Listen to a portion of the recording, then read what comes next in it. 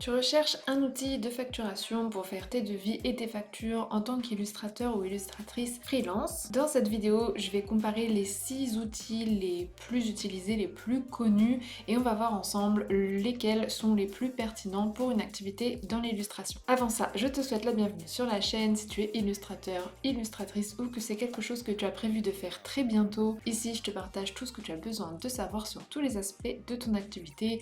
Donc on parle de facturation, d'administratif, mais aussi de comment ça se passe un projet client, de comment faire sa communication, bref, tout ce qui peut t'intéresser si tu veux travailler dans l'illustration à titre professionnel. Les 6 outils que j'ai testés et comparés, c'est Indie, Abi, Freelancer App, Facture.net, Freebie et Henry. Donc c'est les logiciels les plus connus, donc certainement que tu les connais déjà, mais ils sont quand même différents les uns des autres et il y en a qui sont plus pertinents que d'autres, notamment dans le cas de l'illustration en particulier. Le meilleur outil selon moi, c'est le premier, c'est Indie, pour pas mal de raisons. Déjà, tu as dans Indie quasiment toutes les fonctionnalités qui sont essentielles et qui sont incluses dans la version gratuite. Donc tu as les devis, les factures d'acompte, tu as une synchronisation bancaire. C'est un outil aussi où tu peux énormément personnaliser à quoi ressemblent tes devis et tes factures. Tu as beaucoup de choix par rapport à ça et tu peux vraiment faire des trucs qui sont très jolis. Alors c'est pas du tout indispensable, mais je sais que quand on est illustrateur, quand on est créatif, et ben c'est quelque chose qu'on aime bien d'avoir un devis qui est homogène avec tous nos autres documents. Donc évidemment c'est pas du tout ça qui fait la différence avec un client, mais comme je sais que c'est une fonctionnalité qui est assez demandée, je le mets en avant puisque Indie permet de personnaliser beaucoup de choses et de faire des choses très sympas. Tu peux ajouter ton logo, tu peux ajouter tes couleurs, tu as plusieurs modèles de documents, il y a vraiment beaucoup de choses que tu peux faire par rapport à ça. Et le côté très positif de Indie, c'est que c'est très simple, c'est très intuitif, c'est très facile à utiliser et l'interface en fait elle est très agréable à utiliser. Limite on a envie d'aller faire nos devis et nos factures. Donc moi c'est quelque chose que j'aime beaucoup chez Indie. Dans les réglages c'est pareil, tu peux tout personnaliser très facilement, il n'y a pas besoin de 30 minutes pour comprendre un peu comment fonctionne l'outil. Donc selon moi c'est vraiment optimal. Ce qui est bien aussi c'est que chez Indie tu as un compte bancaire qui est inclus dans la version gratuite, un compte bancaire professionnel. Le compte bancaire pro il n'est pas obligatoire pour rappel, par contre tu es quand même obligé de recevoir tes revenus sur un compte qui est au nom de ton entreprise. Et le nom de ton entreprise c'est EI, ton nom et ton prénom.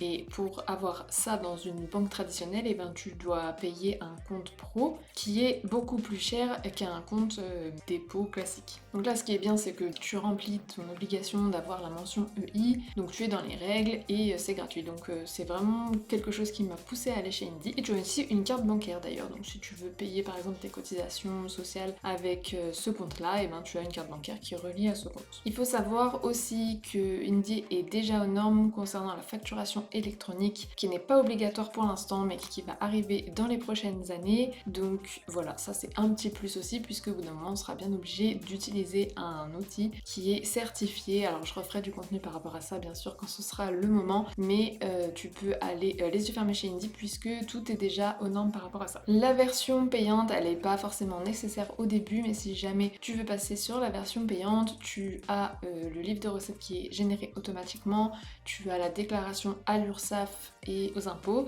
déclaration de TVA, déclaration de CFE, donc tout ça c'est pas forcément nécessaire au début. En plus personnellement je trouve que c'est pas si compliqué de faire sa déclaration à l'URSSAF, j'ai fait pas mal de contenu sur le sujet, j'ai des formations sur le sujet, donc selon moi c'est pas forcément nécessaire de payer un outil pour ça. Par contre tu as le livre de recettes automatisé, ça c'est un gain de temps, donc éventuellement ça peut t'intéresser de prendre la version payante par rapport à ça. Si tu veux tester Indie gratuitement, je te mets le lien dans la description, en sachant aussi que si tu passes par ce lien et que tu veux utiliser la version payante tout de suite ou à l'avenir, tu auras un mois offert en passant par ce lien. Deuxième outil qui est aussi très utile, c'est Abi. Alors Abi, je le mets en deuxième parce que c'est très utile, c'est très complet, il y a tout ce qu'il faut aussi sur Abi. Tu peux faire devis, facture d'acompte, tu peux personnaliser aussi un peu tes devis, c'est moins poussé, mais bon, voilà, encore une fois, le plus important c'est quand même d'être dans les règles au niveau de la loi, mais j'en parle quand même parce que je sais que beaucoup de personnes veulent faire des jolis devis. Donc sur Abi, évidemment, tu peux mettre ton logo et tu peux ajouter une couleur personnalisée dans la version gratuite. Tu as le livre de recettes qui est disponible dans la version gratuite et ensuite dans la version payante, tu vas avoir la synchronisation bancaire, la validation du devis en ligne, le paiement en ligne et le compte bancaire, il est payant chez Abi, le compte bancaire professionnel. Ils sont en partenariat avec Shine et donc voilà, c'est un compte bancaire qui est payant payant. Qu'est-ce qui m'a fait passer chez Indie et pas chez Abi? C'est que Abi, je trouve que c'est trop l'usine à gaz. Il y a trop de fonctionnalités pour une petite activité, entre guillemets petite, dans le sens où si on fait que de la prestation de service et qu'on n'a pas besoin de faire des choses trop compliquées, il y a beaucoup trop de fonctionnalités chez Abi. On arrive sur l'interface et c'est l'usine à gaz. Et moi j'aime bien quand c'est simple, j'aime bien quand c'est épuré. C'est ça qui a fait une grande différence et pourquoi j'ai pas trop aimé Abi. Après ça reste un très bon outil aussi, c'est juste que moi personnellement j'ai préféré Indie. Si tu veux tester Abi, je te mets aussi le lien dans la description. Troisième outil qui est très connu chez les indépendants et notamment chez les illustrateurs, c'est Freelancer App. Ce qui est bien avec ce logiciel, c'est qu'il est pensé autant pour les micro-entreprises que pour les artistes-auteurs, alors que les autres sont pensés plutôt pour les micro-entreprises et un peu adaptés pour les artistes-auteurs. Même si en vrai, il n'y a pas non plus... Ça pose pas problème au quotidien, mais là, c'est quand même un plus de se dire que Freelancer App a vraiment été pensé pour les deux. Le problème, c'est que par rapport aux autres, il est assez limité, cet outil. En gros, dans la version gratuite, tu vas avoir les devis, les factures et c'est tout. Et tout le reste, ça va nécessiter la version payante, donc notamment les factures d'acompte, la personnalisation, et quand on personnalise pas ses devis, ils sont pas très jolis. La validation du devis en ligne, c'est pareil, c'est dans la version payante. Après, la version payante, elle est très accessible, elle est à 5 € par mois. Donc voilà, ça reste très accessible si jamais ça t'intéresse. Tu as aussi des CGV qui sont intégrés à tes devis, mais par contre, si tu veux les personnaliser, c'est dans la version payante. Et bon, je pense que tu auras remarqué, mais le site, il date un petit peu, il est pas très joli, pas très intuitif à utiliser, et c'est un fonctionnement qui est différent, puisque d'abord, il faut créer le projet avec un client et dedans intégrer le devis. Enfin, selon moi, c'est pas le plus intuitif, il fonctionne un peu différemment des autres outils. Tu as pas de livre de recettes, tu as pas le paiement en ligne, la synchronisation bancaire, donc c'est moins complet, c'est beaucoup moins complet, mais ça reste quand même assez utile. Donc si jamais tu veux tester aussi cet outil, je te mets le lien dans la description. Avant de passer à la suite, pour soutenir mon travail, pour soutenir la chaîne, ce que je te propose de faire aujourd'hui, c'est de me dire dans les commentaires quels outils tu as déjà utilisés ou ceux qui te font de l'œil. N'hésite pas à me détailler tout ça dans les commentaires, ça permettra de faire vivre la chaîne, de soutenir mon travail. Pour toi, ça change rien, ça coûte rien. Et ça me permettra aussi de voir un petit peu s'il y a d'autres outils auxquels j'ai pas forcément pensé dans cette vidéo. Ça, c'était les 3 outils que je te recommande le plus. Maintenant, on va passer aux 3 autres outils qui sont aussi très connus et que je te recommande pas forcément. Et si jamais tu les envisages quand même, je vais te donner mon avis par rapport à ça. Peut-être que tu seras pas d'accord avec moi et que ça te conviendra quand même très bien. Donc on va quand même les passer en revue. Donc le 4e outil, c'est facture.net. Facture.net, tu peux faire tes devis, tu peux faire tes factures, tu peux faire des factures d'acompte. C'est un outil qui est complètement gratuit puisqu'il se rémunère avec la publicité. Tu as une version payante aussi pour faire plus de choses, mais tu as déjà quand même l'essentiel dans la version gratuite. Tu peux ajouter ton logo, tu as le choix entre 8 couleurs pour personnaliser tes devis et tes factures, et après voilà, si tu prends la version payante, tu as un peu plus de choix. Qu'est-ce qui n'est pas dispo là-dedans? Tu peux pas valider ton devis en ligne, tu peux payer tes factures, mais tu as 3% de frais. Avec cet outil, t'as pas de livre de recettes, t'as pas de synchronisation bancaire, donc c'est vraiment un outil qui est fait pour principalement faire tes devis et tes factures. Le problème que je vois moi avec facture.net, donc comme j'ai dit, il se rémunère avec la publicité, et en fait c'est un outil qui est lié aux plateformes codeur.com, graphiste.com, rédacteur.com, et donc ce sont des plateformes qui font,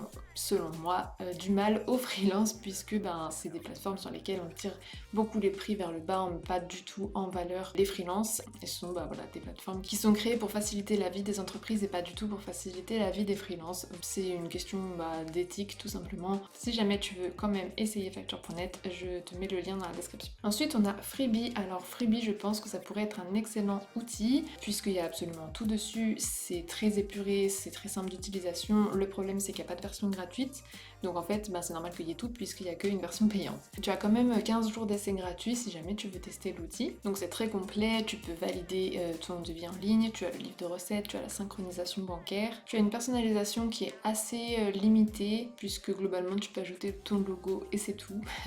Mais j'insiste quand même parce que c'est très épuré, c'est très intuitif, c'est assez agréable aussi de naviguer sur le site. Donc voilà, le point négatif c'est que c'est un outil qui est payant, il n'y a pas de version gratuite là-dessus. Et le dernier outil c'est Henry. Henry c'est un outil qui est très connu chez les indépendants, mais pour moi il n'est pas du tout adapté aux illustrateurs. Pour moi c'est plutôt un outil qui va être utile pour d'autres métiers, mais vraiment qui n'ont rien à voir, des métiers dans le BTP, particulier ou peut-être même pour tout ce qui est TPE, PME. Voilà, pour moi il n'est pas hyper adapté pour les indépendants et encore moins pour les créatifs. Donc c'est un outil sur lequel tu peux faire devis, facture d'acompte, tu as un livre de recettes mais il est au format Excel. Et après dans la version payante, tu vas avoir la validation des devis, la synchronisation bancaire et tu vas aussi avoir le paiement des factures, mais là tu vas avoir 2% de frais. La personnalisation c'est pareil, c'est pas fait pour les créatifs je pense, donc on peut quasiment rien changer, on peut mettre son logo. Et après tu as beaucoup de fonctionnalités que tu peux ajouter, enlever, tu peux personnaliser pas mal de choses, mais c'est des choses en fait qui sont pas du tout utiles aux créatifs. Comme je disais, je pense que c'est vraiment conçu pour les métiers du BTP, pour des trucs qui n'ont rien à voir avec la prestation de services intellectuels ou artistiques, donc c'est pour ça que je pense que c'est pas vraiment le plus adapté pour nous. Si jamais tu veux quand même essayer, je te mets aussi le lien dans la description. Donc pour résumer, moi je te conseille à 2000% d'aller chez Indie. Je pense aussi que Abi et Freelancer App sont des très bonnes solutions, donc si jamais tu veux tester, tu as tous les liens dans la description. Si ça t'intéresse, j'ai fait un article de blog aussi, en plus de cette vidéo, dans lequel j'ai fait un tableau récapitulatif de tout ce que tu as à disposition dans chaque outil, qu'est-ce qui est inclus dans la version gratuite, qu'est-ce qui est dans la version payante. Donc si ça t'intéresse, je te mets le lien de cet article dans la description. Si tu as besoin d'aide pour faire tes devis et tes factures, je te renvoie vers la vidéo qui s'affiche où je parle un peu plus de ça en détail, et tu as aussi plein d'autres vidéos sur ma chaîne, donc je te conseille d'aller voir aussi. Tout est à destination des illustrateurs et illustratrices freelance. Quant à moi, je te dis à jeudi prochain.